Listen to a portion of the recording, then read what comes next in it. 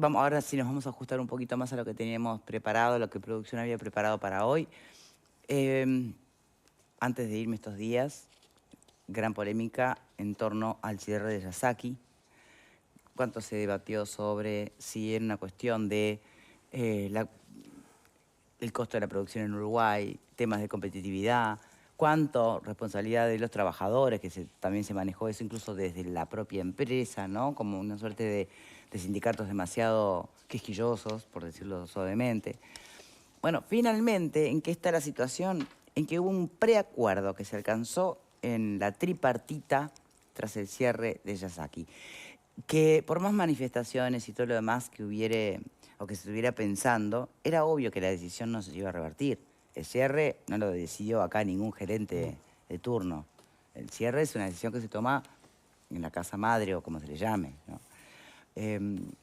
Y tendrá muchas razones.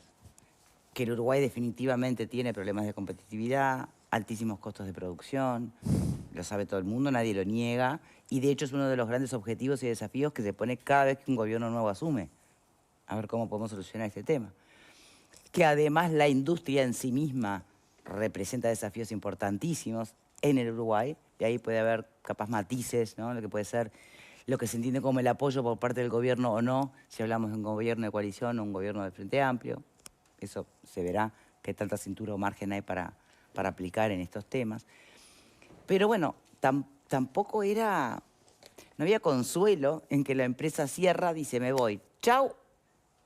Por más que pagaran todo lo que tengan que pagar, los despidos y demás. No sé qué opinan ustedes, pero la convocatoria de la tripartita, de alguna manera, no digo que sea un aliciente, pero pone un poco de orden y de contexto, ¿o no?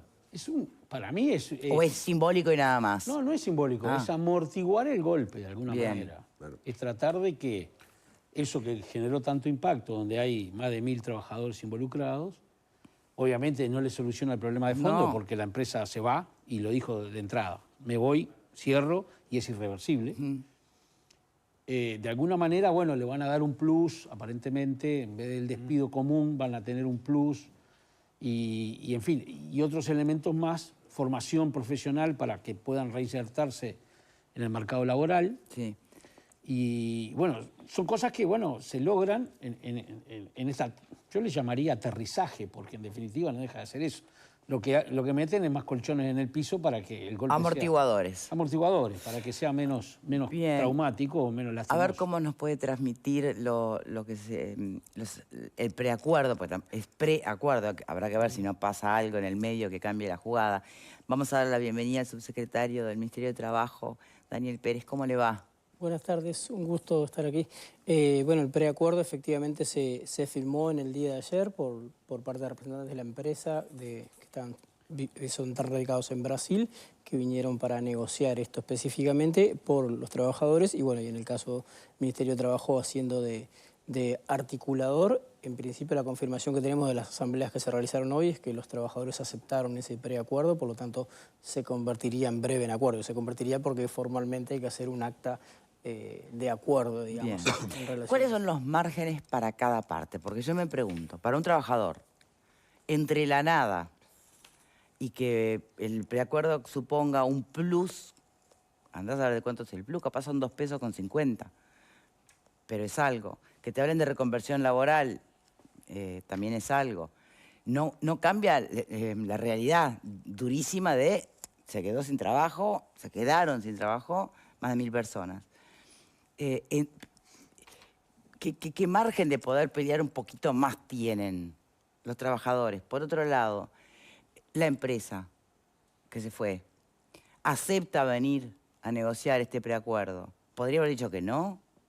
¿Y qué margen tiene el Estado, a través del Ministerio de Trabajo, por ejemplo, de sentarlos a los dos y a firmar algo? Bueno, a ver, quedarse Perdón, porque hablamos del mundo privado, ¿no? Entonces, también es complejo. Quedarse sin trabajo para cualquier persona siempre es un impacto muy fuerte. quedarse sin trabajo de un día para el otro es un impacto más fuerte. Porque nosotros no tenemos que olvidarnos que el trabajo no es solo lo económico, que no es poca cosa, lo económico que lo mantenemos también tiene que ver con cómo organizamos toda nuestra vida y cómo nos proyectamos incluso hacia el futuro. Nosotros con el trabajo pagamos la educación de nuestros hijos, pagamos la salud, sí, bueno, pensamos nuestros sueños, pensamos si compramos una casa, lo que sea, incluso nos proyectamos hacia adelante. Entonces, siempre quedarse sin trabajo es una tragedia, quedarse sin trabajo de un día para el otro es una tragedia más grande, que sean 1000 personas además impacta mucho. Desde el punto de vista legal, los trabajadores lo que tienen es lo que ya el sistema legal uruguayo, que es bastante bueno, los protege en términos de seguro de paro y indemnización por despido en los casos que corresponden. Esto que hemos conseguido a partir de la negociación es un plus que no está establecido en la normativa. ¿Qué es ese plus? Bueno, ese plus tiene que ver con eso, negociamos justamente un retiro mejorado, esto es decir, es un dinero por encima del despido legal. El despido legal se pagó, la empresa lo pagó ya, lo pagó el día siguiente, pero además de eso nosotros desde el Ministerio, cuando nos reunimos con la empresa el primer día, lo primero que hicimos fue tratar de revertir la situación, a ver si era posible, cuando no había ninguna posibilidad, porque tenía que ver con diferencias de competitividad bastante grandes, además una decisión que había sido tomada en la casa matriz en Japón, con lo cual no es tan sencillo de revertir. Dijimos, bueno, entonces queremos negociar la posibilidad de algunas mejoras o, como decían recién, bueno, algunos colchones que puedan amortiguar el golpe. Pero hasta ahí, Pérez, perdone que insista, cuando hablamos de una mejora en lo que son el despido, que ya fue pago, ¿de qué estamos hablando? ¿Da para un año, da para 6 meses, el extra, el plus, da para una semana?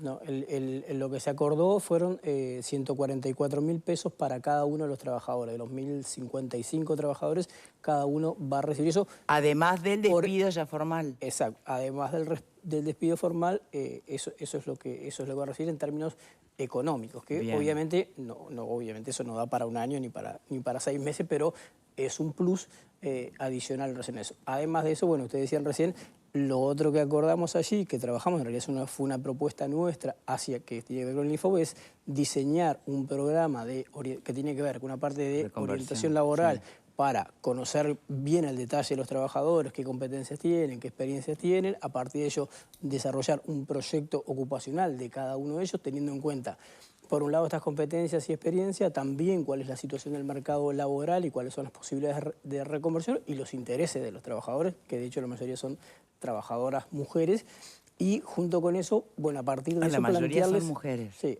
a partir de eso plantearles una capacitación a cada uno que va a ser distinta. Algunas cuestiones pueden ser cuestiones más transversales, como tiene que ver con habilidades digitales, como el programa Templar que ya tiene INEFOP, pero después, dependiendo de estas dos variables, es decir, cuál es mi experiencia anterior, cuáles son mis intereses y qué demanda el mercado de empleo, cursos o capacitaciones distintas. Que lo que hace es, y lo que nosotros el objetivo buscamos es justamente tratar de reducir o minimizar el tiempo en que quedan fuera del mercado de empleo. O sea, tratar de darle las mejores herramientas para que se reintegren lo más brevemente posible. Y capitalizarlo, podés reintegrarse capaz que en algo mejor de lo que hacían, capaz. Sí, ojalá que algo mejor, eso va a tener probablemente en algún sector distinto. Entonces, por eso implica generarle nuevas competencias que capaz que uno tiene, aunque es un sector que tiene determinadas competencias que son importantes porque justamente esto implica determinados procedimientos, determinados protocolos. Claro, pero es muy específico. Cuestiones de calidad. Sí, pero hay algunas cosas que si uno con más formación lo puede trasladar hacia otros sectores que hay algunas competencias transversales que las pueden utilizar otros rubros. Si nos está mirando algún trabajador o trabajadora de la empresa que cerró, nos puede escribir, nos puede trasladar sus inquietudes o su reflexión sobre el tema, ¿no?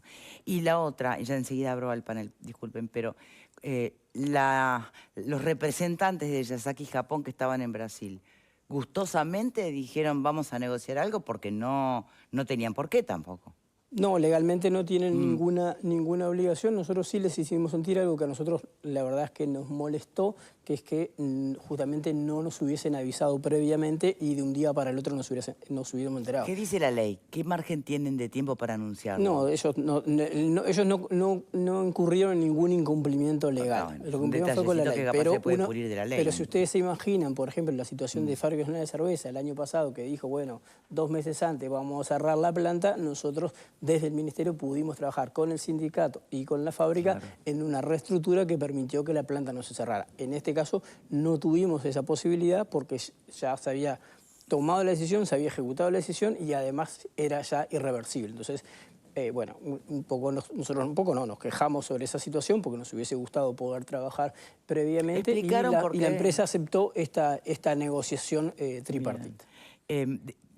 ¿Se hace cargo quién entonces, por ejemplo, de toda la parte que está por fuera de INEFOP, de esos estudios, de esa reconversión, Todo eso lo va a hacer INEFOP, todo lo que tiene que ver con el proceso de orientación a los 1.055 personas la va a orientar a partir de los perfiles. Nosotros les pedimos además sí a la empresa, que quedó en el acta del preacuerdo, que nos va a dar los perfiles que ellos tienen de cada uno de los trabajadores para ahorrar arrancar tiempo, de cero, sí. claro, para optimizar tiempo. Pero no pagan ninguna de las formaciones. No, ellos no pagan ninguna de las capacitaciones. El dinero que pone la empresa son dinero que es para aumentar el plus de los despidos de cada uno. Perfecto. Bien, abrimos a los panelistas, ¿de acuerdo? Jorge. Bueno, esto es trágico, como han sido trágicos varios cierres de empresas que ha habido ahora y antes. Y este no es el primero que se hace así. Golpea porque son muchos trabajadores en dos lugares, Las Piedras y Colonia, que son lugares donde mucha gente depende de eso. En Las Piedras, creo que esto lo están equiparando al cierre del Comargen. Imagínense, el Comargen frigorífico que estaba en Las Piedras, que ocupaba 100 trabajadores, y estos igual creo que son 600 y pico en Las Piedras, básicamente. No, en Las Piedras son 300. 300 y pico, bueno.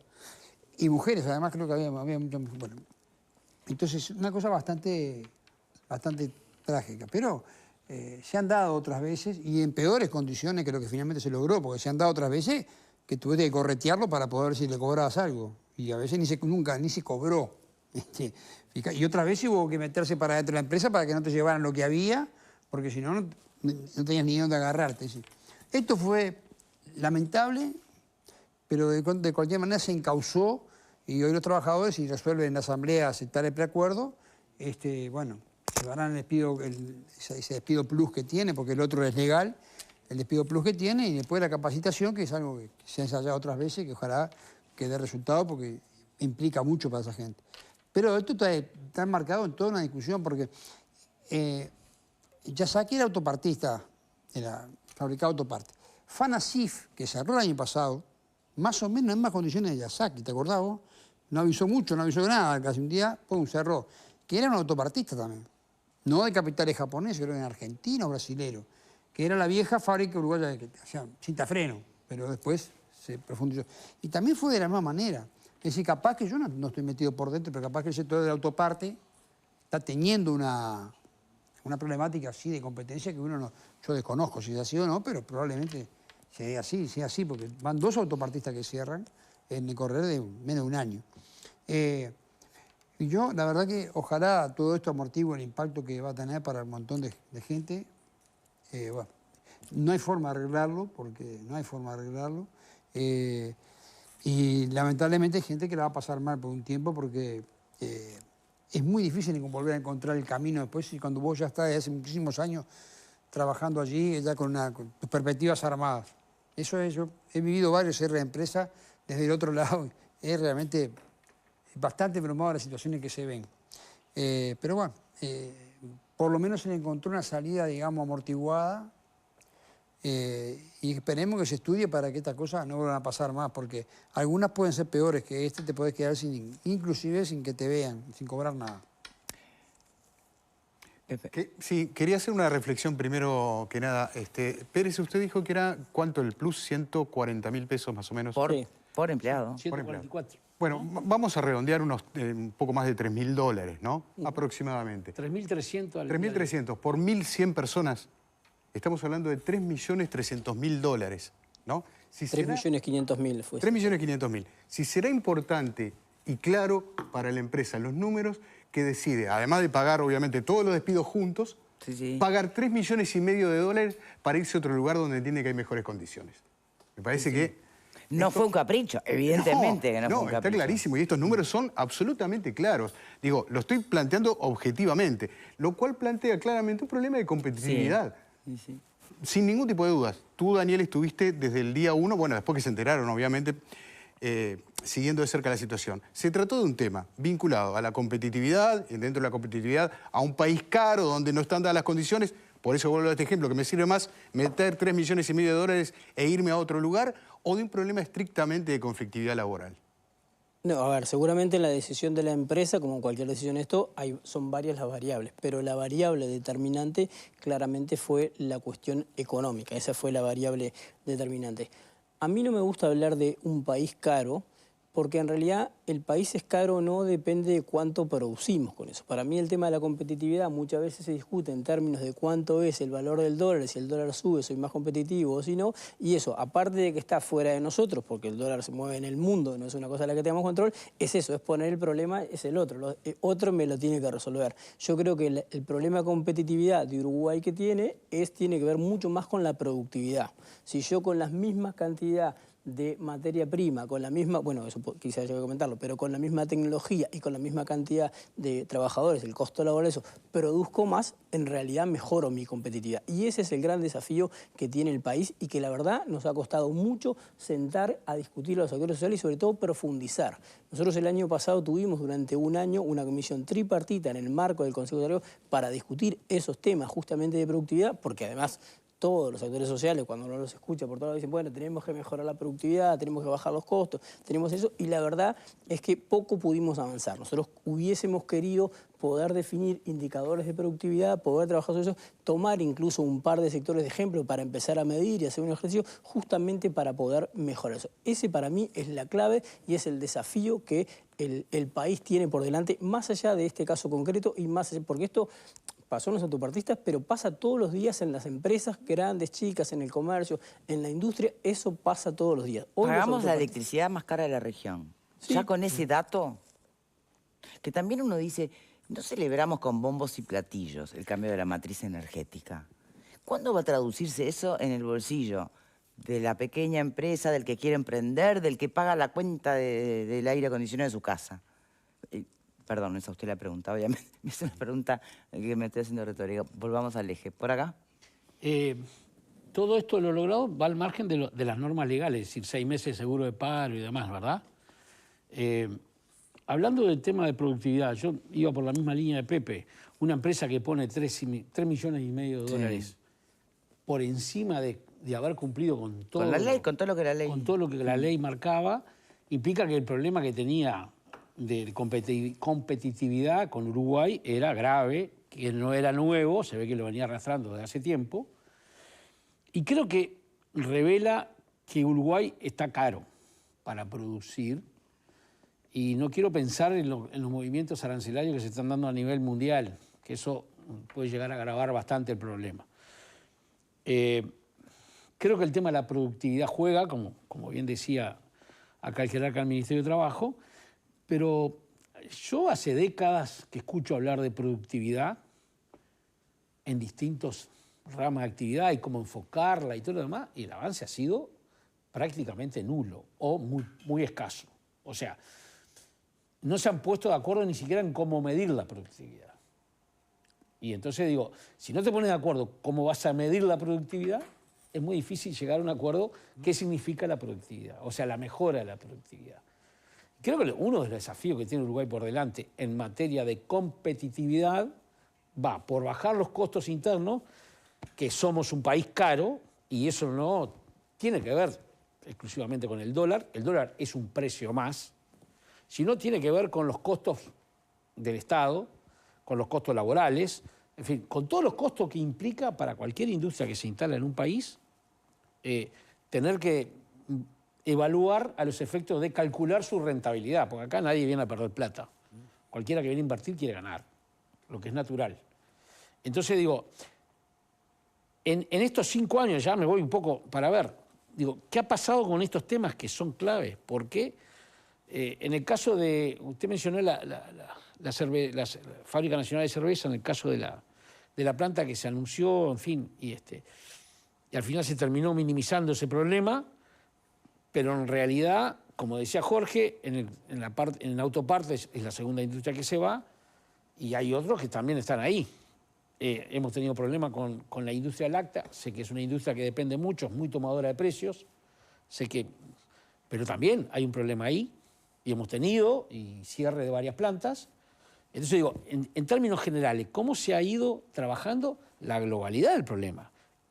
Desde el punto de vista del trabajo, se lo pregunto a usted, no se lo pregunto desde el punto de vista de la economía, porque obviamente le excede en la tarea, ¿no? Sí, claramente acá hay otros elementos que tienen que ver más con la industria y justamente con eso, con lo cual no, me excede, no tengo condiciones. Pero lo que planteaba recién Jorge, esto de la productividad y sobre todo de los costos y los movimientos que han habido, los autopartistas están hoy en el mundo teniendo estos movimientos. Volkswagen, según tengo entendido, se fue de Alemania, digamos, ¿no? O sea que ellos se mueven mucho porque hay una competencia muy fuerte por los costos y hay que saber que nosotros competimos en un mundo global, cada vez más global. Y las empresas obviamente hacen los números, acá y en todos lados. Hacen los números y por momentos vienen acá y en otros momentos se van. Entonces hay que trabajarlo. Lamentablemente, como te decía, sobre productividad hemos avanzado muy poco. Si a mí me preguntan, lo que pasa siempre es nos quedamos en los titulares y en los discursos de determinados eventos. Anualmente, todos los años reclamamos, che, hay que mejorar la productividad, hay que no sé, pero yo le digo, nosotros lo sentamos el año pasado a discutir y la verdad es que avanzamos muy poco en términos de eso. Como te decía, efectivamente, ni siquiera muchas veces se ponen de acuerdo en cómo negociar eso. Y esto cada vez ocurre más. En definitiva, el planteo que estaba haciendo Fábrica Nacional de Cerveza hace un año también tenía muy vinculado con esto. Es decir, yo produzco mucho más barato en Argentina o produzco mucho más barato en Brasil. Me sale incluso más barato importar desde Argentina o desde Brasil que producir acá. Esa es la situación. Por eso yo reitero, el tema de si el país es caro o es barato hay que discutirlo en términos de productividad. Si yo produzco más con lo mismo, el país deja de ser caro y se vuelve más barato. Ahora, tenemos que estar dispuestos a discutir sobre eso. Y discutir sobre eso implica, entre otras cosas, de parte de los trabajadores, poder revisar procesos, poder cambiar las regulaciones de cómo se dan. Y también de parte de los empresarios también implica sentarse a discutir y justamente poder ver los números y ver. Y tenemos que lograr un vínculo en donde haya una trayectoria que sea similar, porque cuando las empresas entran en crisis, dicen, bueno, yo no puedo sostener eso, pero cuando ganan más, en realidad dicen, bueno, yo te pago el salario. Y del otro lado lo mismo. Tenemos que lograr una cuestión de hacer una sociedad entre la empresa y el trabajador para que efectivamente nos vaya bien a todos. Tenemos que lograr generar aquella famosa consigna que dice ganar, ganar.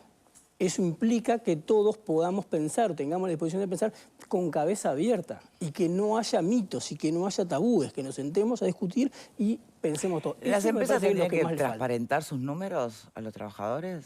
En general no son muy propensas a eso. Pero en ese ganar-ganar, ¿cómo sabemos si vamos a ganar-ganar si no me estás mostrando los números? Bueno, por eso digo que de los desafíos que hay, nosotros no logramos avanzar y acá las empresas, el sector empresarial el año pasado presentó serie de dificultades, poder avanzar es justamente en estas cuestiones, en medir y en generar indicadores y en avanzar en eso. Y la conclusión final es, bueno, la productividad depende de cada empresa. Si depende de cada empresa, es imposible generar ningún tipo de indicador y es imposible avanzar sobre eso. Entonces, a veces queda en la consigna es decir, bueno, tenemos que mejorar, pero... A ver, que no se quede con nada, Pozzi, diga. Te cuento mi historia con la productividad, porque yo me escondí para estudiarla. No solo yo y... ¿Cómo me escondí para estudiarla? Más. Sí. Hablar de productividad, ahora todo el mundo habla de productividad. Muchos se encargan con productividad, de mi lado y del lado de las empresas. Ahora, en el año 85, 86, 90, vos hablabas de productividad y eras un traidor de la clase en el movimiento obrero. Y entonces tuvimos que escondernos, Te digo dónde era el CUI, que hoy es ahí Juan Carlos Gómez y 25 de mayo. Ahí estudiábamos arriba la productividad. ¿Quién nos daba clase de productividad? Juan Manuel Rodríguez. Y ahí aprendimos lo que era la productividad y cómo se medía y eso quisimos llevarlo adelante. Bueno, en la bebida nunca firmamos un convenio de productividad en aquellas épocas, no sé si ahora se habrá firmado alguno. Pero mirá que fue una lucha a brazo partido. Bueno, hoy que está sobre la mesa lo de la reducción de la jornada salarial, laboral, perdón. Pero, ¿qué pasa? Eso no quiere decir que las empresas no resuelvan el problema de productividad. Lo resuelven, sin los trabajadores. Sencillo. Sí. ¿Qué pasó en la bebida? Lo que vino después fue una gran robotización. Claro. Entonces éramos miles y hoy no somos miles. Bueno, no son miles mis compañeros.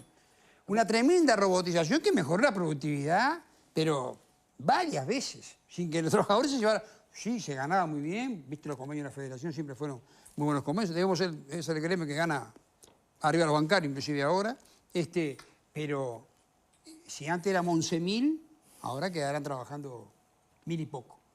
Entonces, ese fue el aumento de la productividad. Ahora, más o menos así son los números en la bebida. Pero De claro que son 11.000 a así los 1.000. números, porque las empresas resuelven un día el problema. Las multinacionales que tienen resto, las nacionales, o Yasaki que no se quiere complicar, o no tiene, yo no sé si las autopartes se pueden robotizar tanto, yo no sé cómo es el trabajo. Bueno, deciden, si ¿dónde está allá? Bueno, pin, te pago y se terminó. ¿Qué es lo que pasó acá? Ahora, la discusión de la productividad en este país, se firmaron varios convenios de productividad que no eran de productividad. Perfecto, pero si una empresa, Y si en las empresas no públicas muestran fue lo los más números, grande. ¿cómo vas a discutir Porque se repartía plata productividad? de productividad sin que se hubiera firmado ningún convenio de productividad. Recién ahora, últimamente, se empezaron a hacer como el sistema de remuneración variable que según algunos parámetros bastante exigentes, podía llegar a cobrar a los trabajadores un salario más por año. Perdón que yo insista con el concepto, ¿no? ¿Se puede hablar de productividad? ¿Se puede hablar de reducción de jornada laboral sin hablar de productividad? ¿Y se puede hablar de estos temas sin que las empresas blanqueen sus números? Capaz que sí, y es desconocimiento de mi parte el hacer la pregunta. En relación a la primera pregunta, yo creo que no se puede hablar porque siempre hay una tensión. De vuelta, si yo quiero reducir la jornada laboral, que yo estoy de acuerdo filosóficamente, tenemos que ir hacer eso, no la podemos desatar de la productividad. Porque si yo soy un comercio en cualquier lugar, aquí en Montevideo o en Tranqueras, si yo vendo tanto trabajando 48 horas o 44 horas, si paso a 40 horas, necesito poder vender lo mismo en menos horas. Sí, porque y más si cuando no, además tu trabajador te dice y no me podés bajar el sueldo. Entonces... y me parece bien, pero lo que pasa es que justamente de vuelta, si nosotros logramos pensar con cabeza abierta y sentarnos a discutir en cómo hacemos compatibles las dos cosas, decir, bueno, yo puedo reducir la jornada laboral, pero en realidad que la empresa sobreviva, porque si no el riesgo que tenemos es que decía Jorge recién, bajamos la jornada laboral, pero en realidad también bajamos la cantidad de empleos. Entonces capaz que si tenía 4 empleados tengo 3 y el que tenía 200 tengo 100. Entonces esa es una discusión que hay que sentar. La productividad, a ver, yo creo que hay una parte... La otra parte de la pregunta, Una ¿no? parte se puede avanzar sin conocer los números de la empresa, porque uno puede decir, bueno, para no sé, producir esta cantidad de vasos de agua, yo necesito determinados materiales, o me lleva tanto tiempo.